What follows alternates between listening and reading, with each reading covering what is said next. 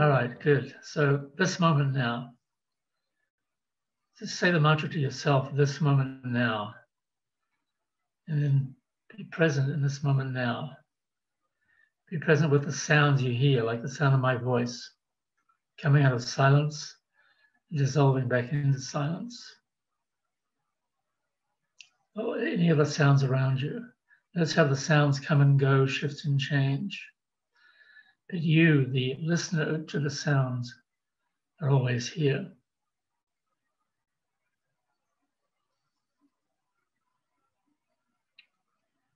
So be very present now as you listen to the sounds. And feel the sensations in your body. Maybe it's a pain in your body or an ache. Maybe your body feels good. Just notice the good feeling of being in the flow and very present with what is.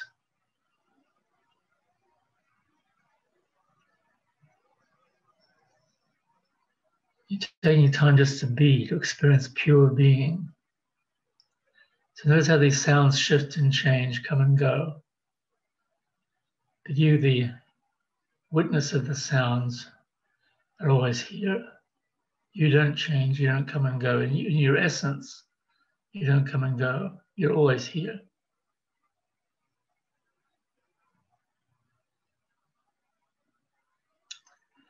Now finally pay attention to the thoughts in your mind. Notice how they too come and go, shift and change. You're not your thoughts, you have thoughts. Just as you have a mind and have a body and have an ego.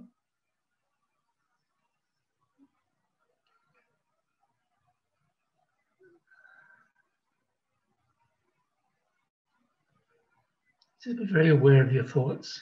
Even the I thought, the me thought, the thought you most intimately identify with. In my case, the Jim Dreaver thought. But I've seen that I'm not the Jim Dreaver thought. I'm not the Jim thought. What is true beyond that, what is always here, which is the changeless awareness we are. So this is what awakening is all about. Awakening is about the discovering yourself as a changeless awareness that is always here amidst the ever-changing circumstances of your life.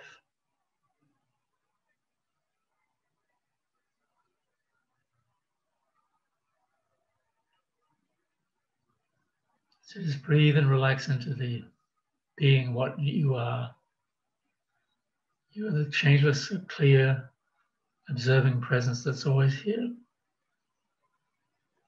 Underneath the ever-changing circumstances, thoughts, beliefs, experiences of your life. Always this. Becoming grounded in this, opening to this, awakening to this, is what the spiritual journey is all about for me anyway. Discovering that yourself as that which is always here, which is pure awareness, pure consciousness.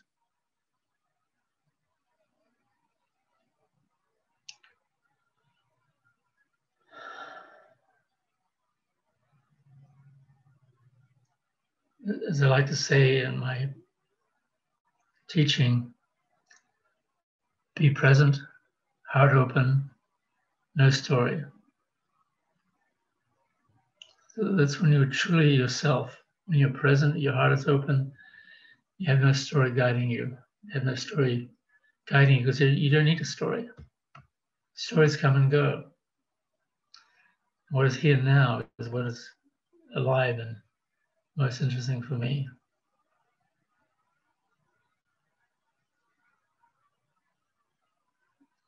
So this is it. This is what it means to be awake and aware, conscious. So we have a story. When we see we're not our story, we realize we have a story. We have an ego. We have an I thought, a me thought. But we're not identified with any of that. We're always identified with what is here now, which is the universe, universal awareness, witnessing, vast presence, luminous presence.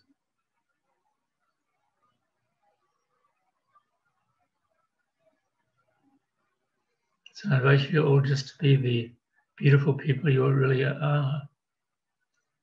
And each one of us discovers that, my God, I'm beautiful as I am, but without any judgment. Just to be is its own beauty.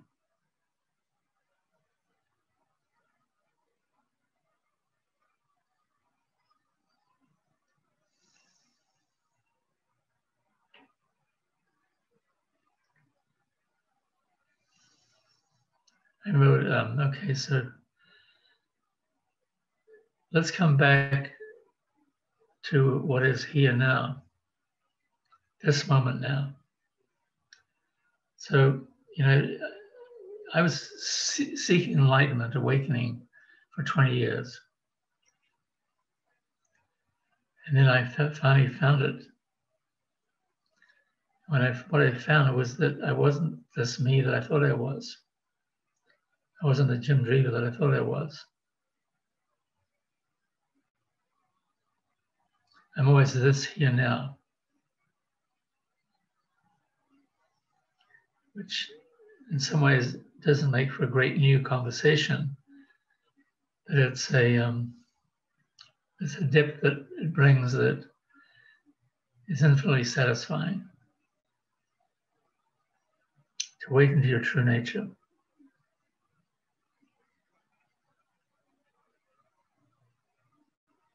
Be present, heart open, no story. Awakening is all about having no story. You have a story, but you're not your story.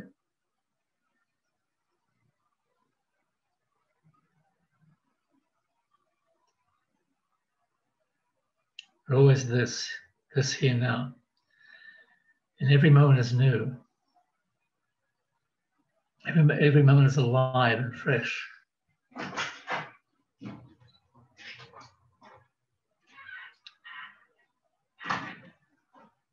And that's the true beauty of life.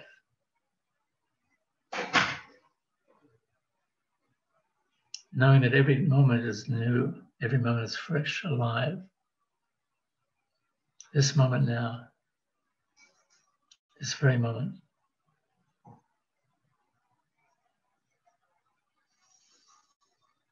And the mind comes in and says, yes, but. And that's what I deal with in my private sessions, the yes, buts. And we address each of them, yes, but this, yes, but that. Because the ego has a story to tell. The ego depends on a story. The ego, we have to see that we're not our ego. We have an ego, but we're not our ego. People are not awake yet, live from their ego. Their ego is always demanding more.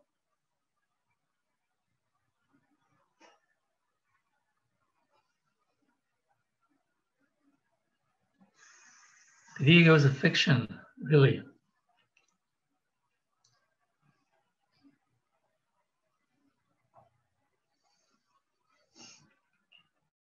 It's I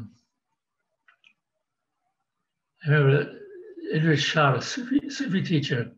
I read something for like 40 years ago, which held true for me to this day.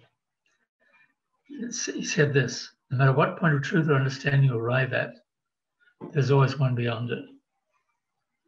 No matter what point of truth or understanding you arrive at, there's always one beyond it. So the mind runs around incessantly like a dog chasing its own tail. But when we see that we're not our mind, that's great freedom. We have a mind, but we're not our mind. We have an ego, but we're not our ego. We have a story, but we're not our story. I might have a story about I'll be 75 next birthday. And I have lots of stories, right? Just as you all have lots of stories. We're all similar ages, most of us. We accumulate a lot of experiences. But we're not defined by our experiences. Freedom is not being defined by anything except the vastness of being, the vastness of the cosmos.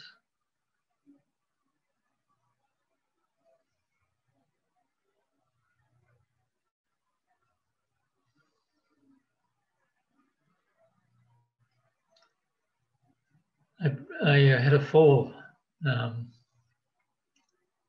8 weeks ago, last day of February, last day of April.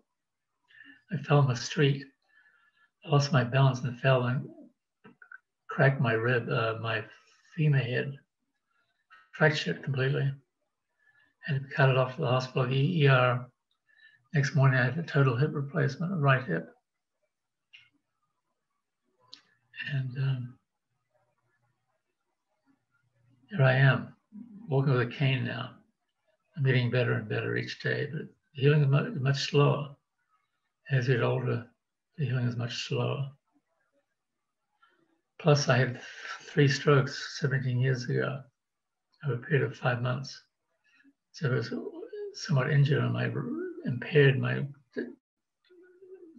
motion was impaired on the right leg and the right arm.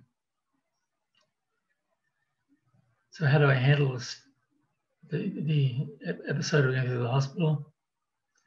I can just handle everything. Just flow with it. Don't resist it. This is what's happening now. Got to deal with it. So I spent 3 weeks in hospital. And now I'm recovering, rehabbing at home.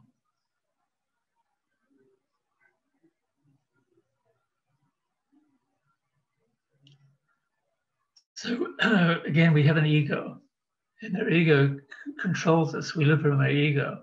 It's the source of all pain and all suffering in our life, and the source of all joy when things are working out that way. But that's a joy that's dependent upon circumstances. The ego always depends upon its circumstances for its well-being. This has to be seen. You've got to see this if you want to be free.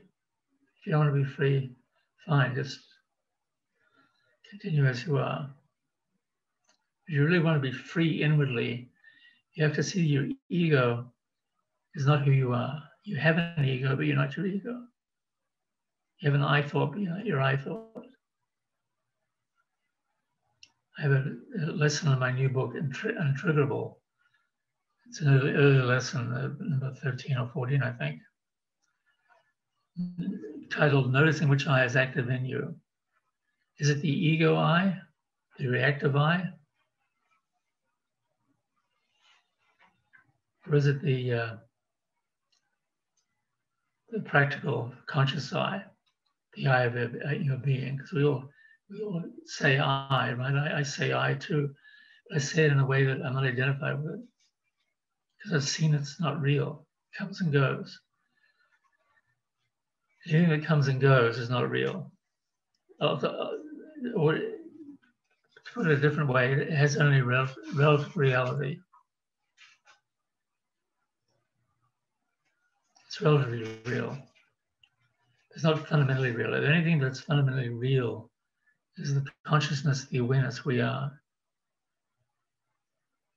So seeing that you're not your ego is the biggest thing in freedom. You have to see that you're not your ego. You have an ego, but you're not your ego.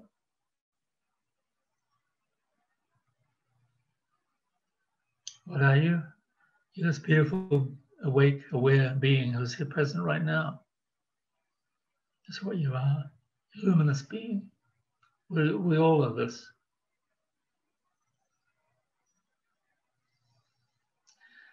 And so the more we recognize we're not our ego, the more our ego becomes available when it's needed. It becomes a strong servant for our being, rather than being a tyrannical master, which is how it is with most people who identify with their ego.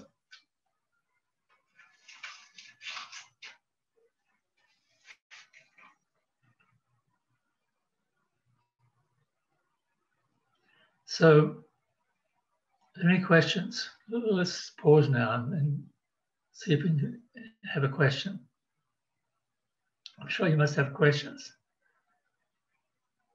What? I'm not my ego? How dare you say that? You're not your ego. So I'd like to make this interactive. So let's see if anyone wants to ask a question.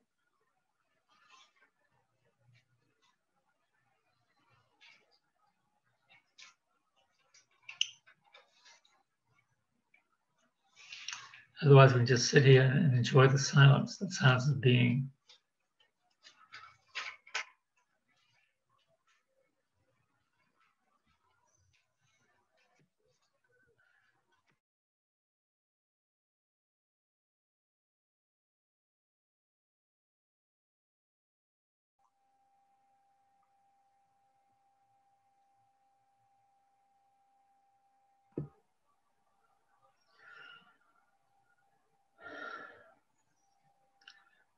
In the meantime, I'll tell you a story about my teacher, Jean Klein,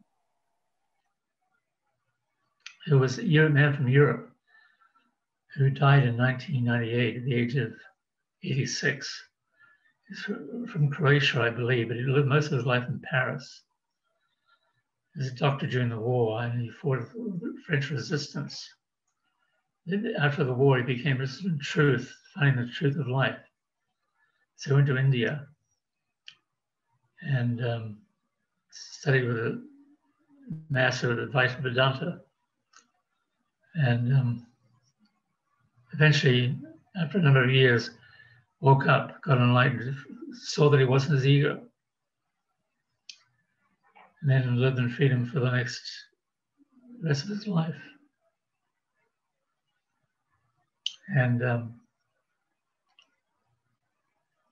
he lived his last years in Santa Barbara. We were coming down and seeing him 6 months before he died. I was living in Northern California at the time. And John was pretty ill near the end of his life. Couldn't say much. And I actually was a chiropractor at the time. I gave him a very gentle adjustment. Did some body work with him. But the light of consciousness shone through his eyes. His eyes were beaming. Anyway, this story about Jean, a true story, where he was teaching back in England, back in New England. About 80 people in the audience, and this man raised his hand. And Jean looked at him and acknowledged him. The man said, "Jean, every time I see you, you seem so radiant and at peace and happy.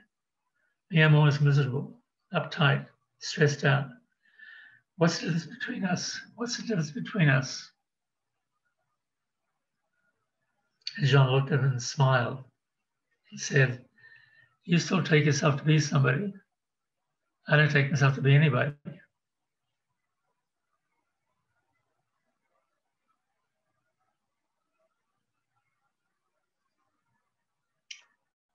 And of course, Jean wasn't nobody. I mean, he was an accomplished musician.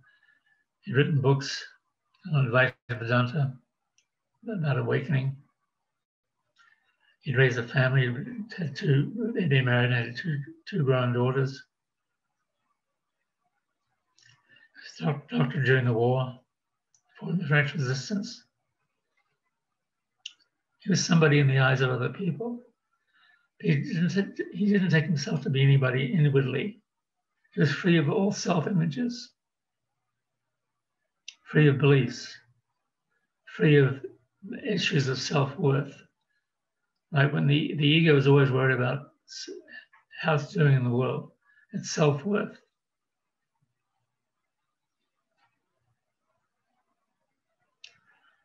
When you're seeing through the ego that you're not your ego, you have an ego, but you're not your ego. Your ego doesn't define you anymore.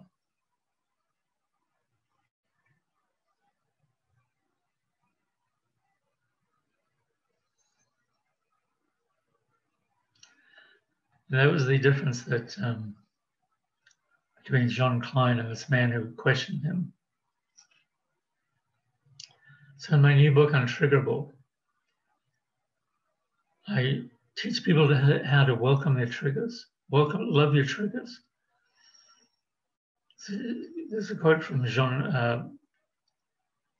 from Hermann Hesse about loving your suffering. Says that's anything that needs to happen. You need to learn to love your suffering because it's showing that you're not yet free. So I teach people how to love their triggers. When you get triggered, you learn to welcome it. You learn to love it because it's showing you you're not yet free. You realize that the trigger happened from some childhood trauma, maybe something more recent.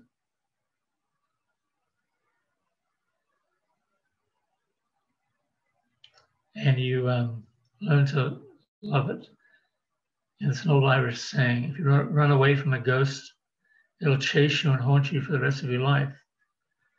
If you stop and turn and face it, it'll disappear because ghosts aren't real. And so it is with our triggers. Our triggers, it's the ego that's being triggered. The ego that's being triggered. And so when you learn to love it, you stop and you turn inwardly. You see how the trigger came from your past. It was real then, maybe, but it's not real now. Only now is real now. So that's why you learn to, as you learn to welcome your triggers, you stop and turn and face them. And they, under the gaze of your internal awareness, the trigger appears, but then it disappears because nothing is real inside you. This is how you get free of your own triggers.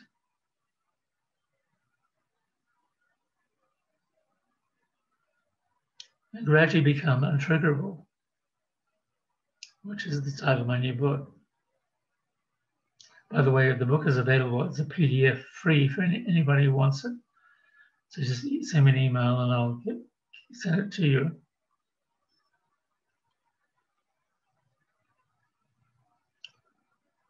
Untriggerable, the subtitle is The Revolutionary Truth That Heals Our World. Discovering the revolutionary truth that heals our world. Of course, the revolutionary truth is that you are not what comes and goes. You're what is always here. Pure, luminous awareness. We are what is always here. We're always this, here, right here now. Nowhere else. We have a mind, we have an ego to remember the past and plan for the future. And planning for the future is important. Setting goals is important. Accomplishing is important. Nothing changes. I love the Zen saying, after enlightenment, nothing changes. Everything is somehow different. After enlightenment, nothing changes. Yet everything is somehow different. What that means is that your circumstances don't change. You're still you with your circumstances, your life situation. What's different now is you see from the source. You see through your ego, which is the source of suffering. And you see, you're not your ego. You're always the seeing of this awareness, this consciousness that's here right now.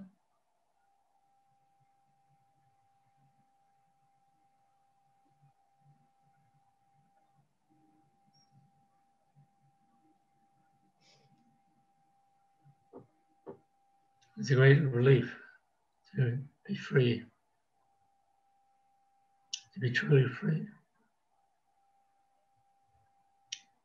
to be awake and free.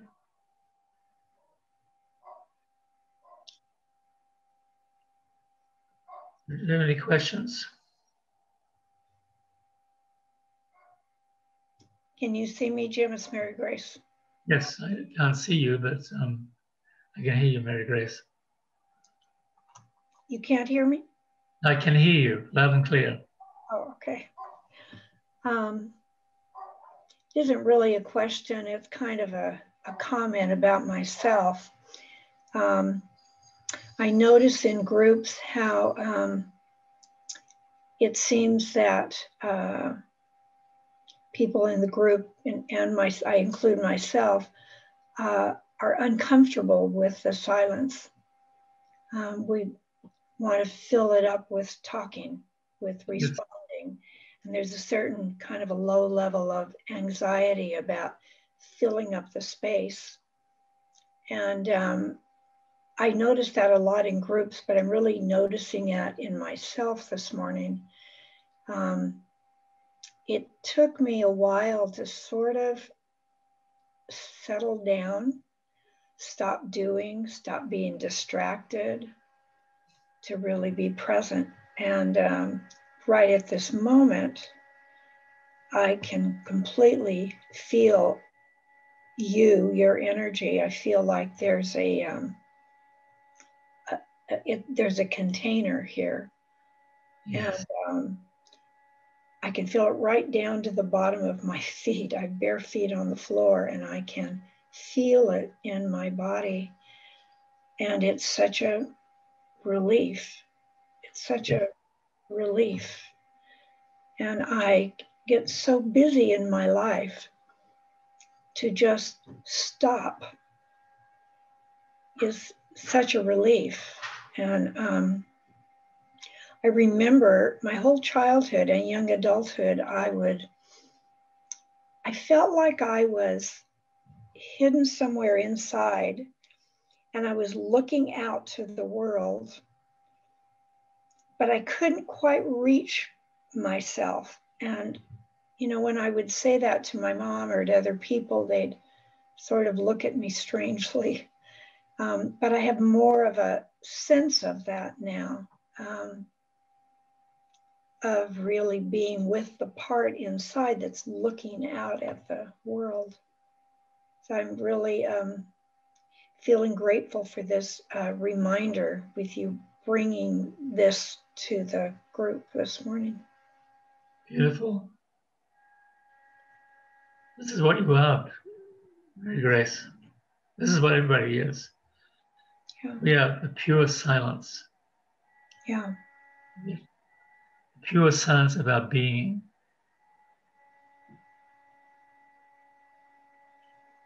The more established we are, the more comfortable we are with the silence.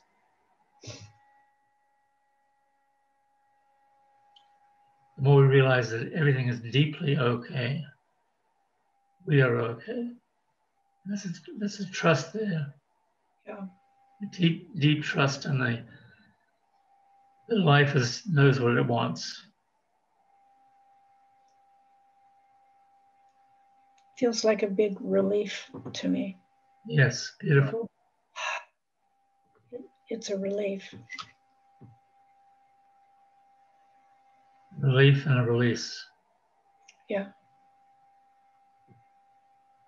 So this is it. This is we're getting down to the bedrock truth of who and what we are.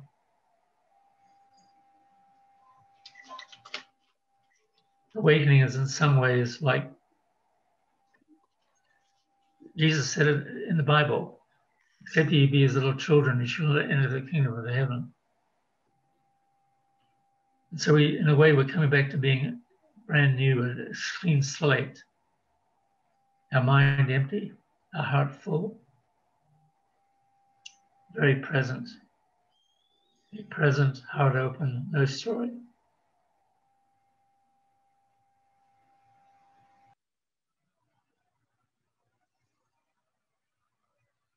And it's the greatest relief that we can know.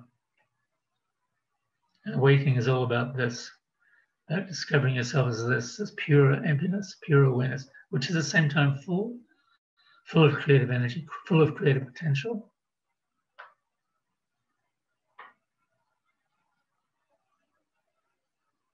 So I appreciate you sharing, Mary Grace.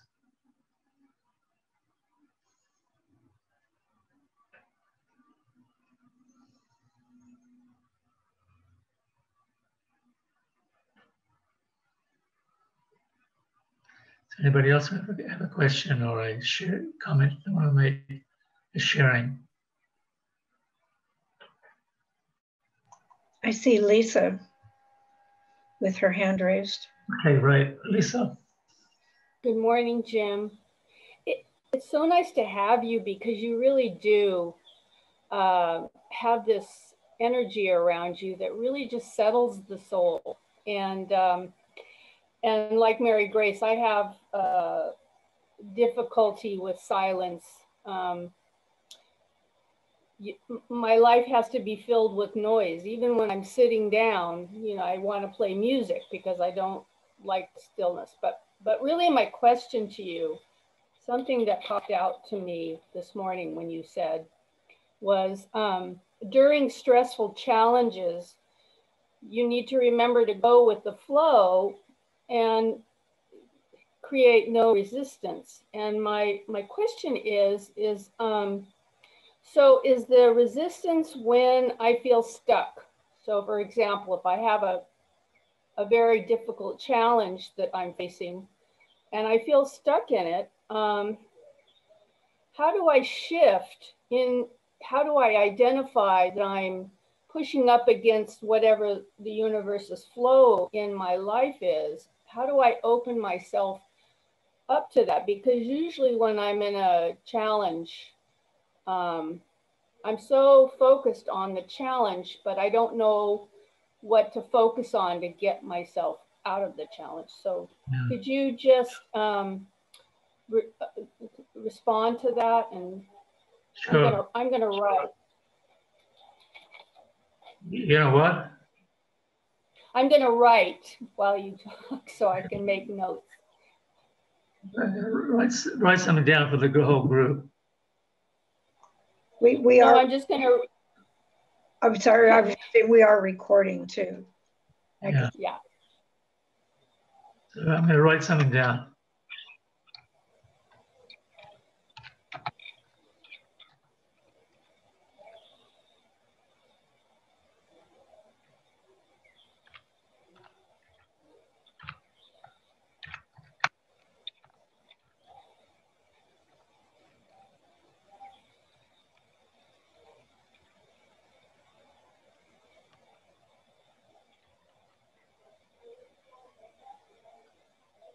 All right. Oh.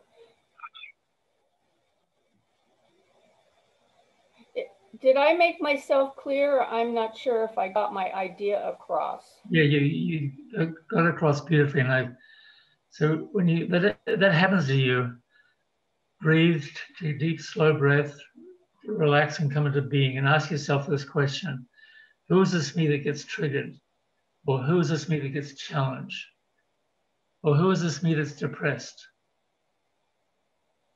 or who is this me that gets angry? Who is this me that worries? Who is this me that obsesses? You know what?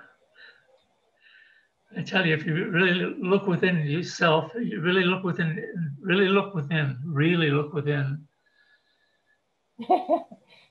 won't be able to find it. You'll come to the realization increasingly, my God, the me is just a construct. That's literally how you dissolve yourself. You, as awareness, consciousness, are still very much here.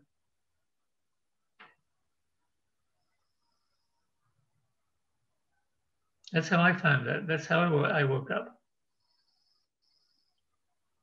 I woke up one morning, and I'll tell you the story.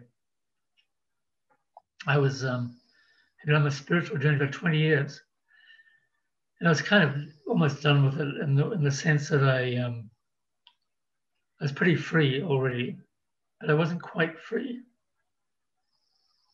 And I woke this particular morning in 1995, in the spring of 1995, living in Northern California, practiced as a chiropractor.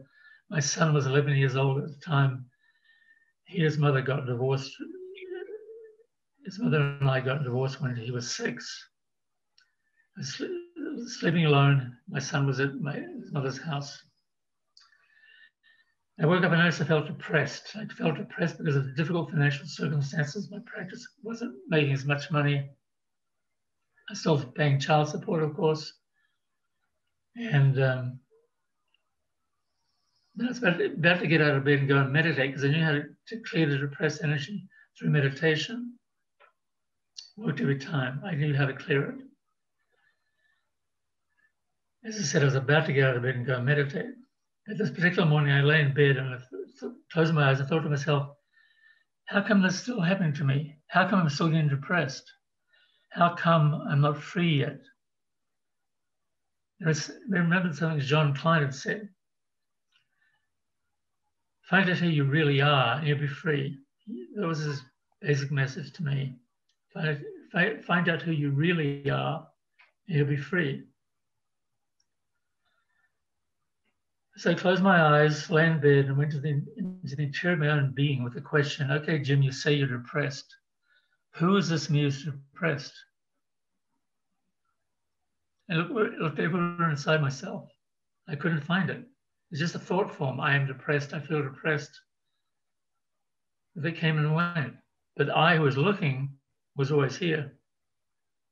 And somehow that realization shifted my energy and I didn't feel depressed anymore. Got up and went about my day. And the same thing happened the next morning. 3 mornings in a row it happened. I would awake feeling depressed. I did the same thing each time I would go into the interior of my own consciousness with the question, okay, Jim, you said depressed. Who is this me that's depressed? And I couldn't find it. And after that 3rd morning was all over, I realized I was free. I no longer believed anything in my story about my story. My story had dropped away. The Jim Dreaver story dropped away. I'm still known as Jim Dreaver, of course. We have to be known as something. So I'm known as Jim Dreaver, the spiritual teacher and author. It's fine. But I'm not really Jim Dreaver. What I really am is pure consciousness, pure awareness, pure luminous awareness that it's a reflection of you. You are also the same as me. Everyone is the same as me. The whole world woke up to this in a different world. People are living not from their egos, but from their true nature.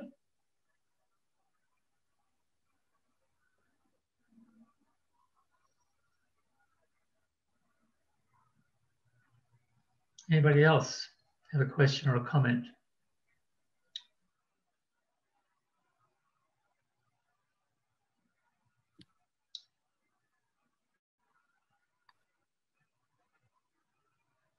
Before I saw Phil Parkinson raising his hand, but now he's gone.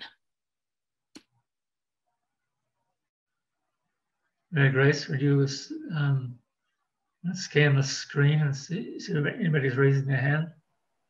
I'm looking on both screens because we have 2 screens this morning.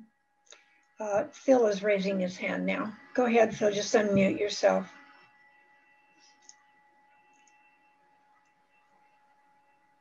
There you go. Still can't hear you though, Phil.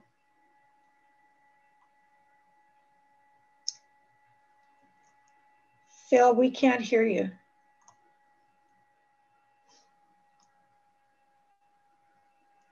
I can see you.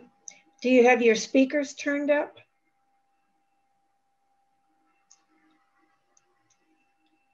Maybe try it without your headphones. I wonder if that's a problem.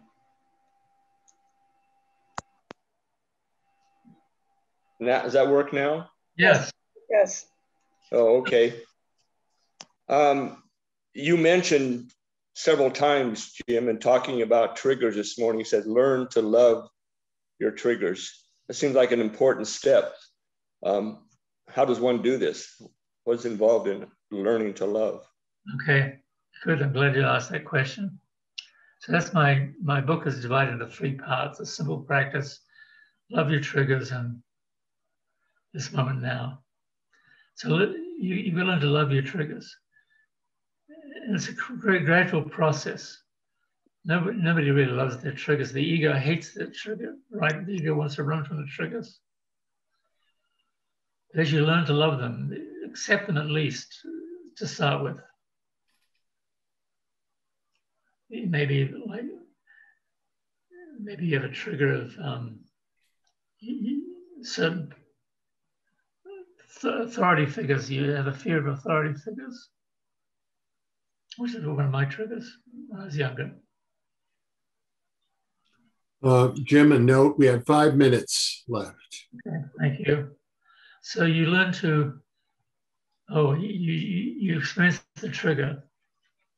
You initially, you just want to ignore it, make it go away, get out of there. But you learn to at least accept it at first, welcome it, even a little bit, welcome it, invite it in. It's a process. But I tell you, it's the most liberating process of all.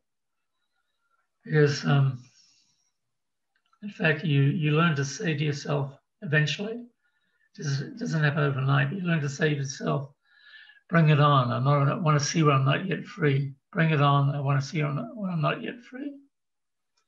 I promise you, when you get to that stage, you'll be free very soon. Does this help, Phil?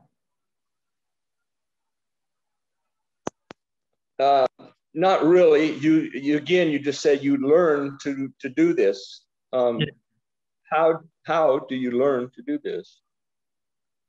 I mean, I can do what you're saying, uncomfortable, and I can maybe welcome it occasionally, but right. I can't see learning to love that trigger. It's a process.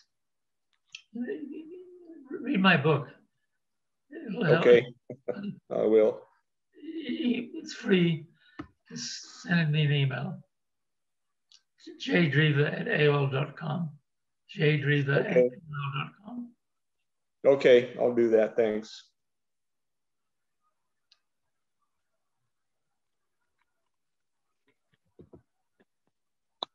I'm going to type my email address down here.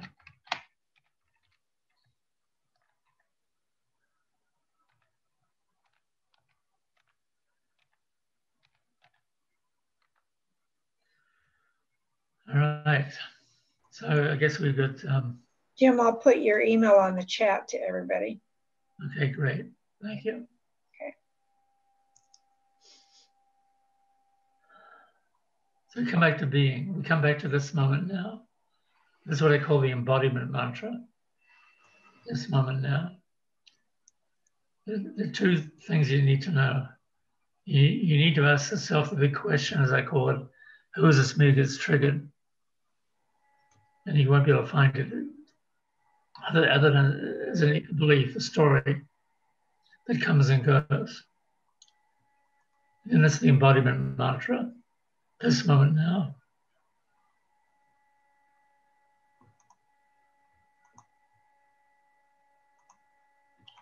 And freedom is possible. And freedom actually is our true nature. And it doesn't need to take a long time. For those who have been on the path for a while, you can awaken to this truth. It'll help you read my book. You can awaken to this truth within a few months. Just a matter of shifting your orientation.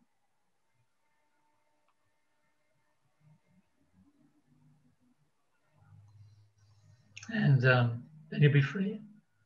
And freedom is the greatest thing in the world. True freedom. Your emotional state is always one of ease, harmony, and flow, essentially, 24/7. Your mind is 80% quieter because you're no longer preoccupied with the me, myself, my story thing. So your mind is available for fresh, new, creative thinking.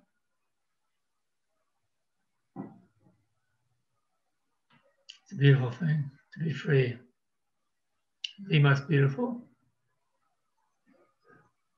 Hallelujah.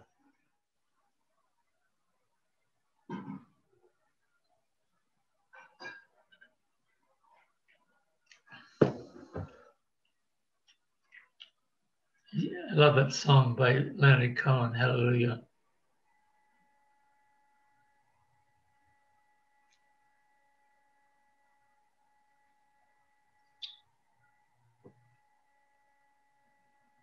So this is it, the silence. Maybe it's a suggestion you could take a few minutes to be consciously silent. You can begin your meetings that way. A few minutes of conscious silence. Watching the thoughts come and go, watching your sensations come and go, watching the feelings come and go. Realizing that you are the watching, you are the what is always here.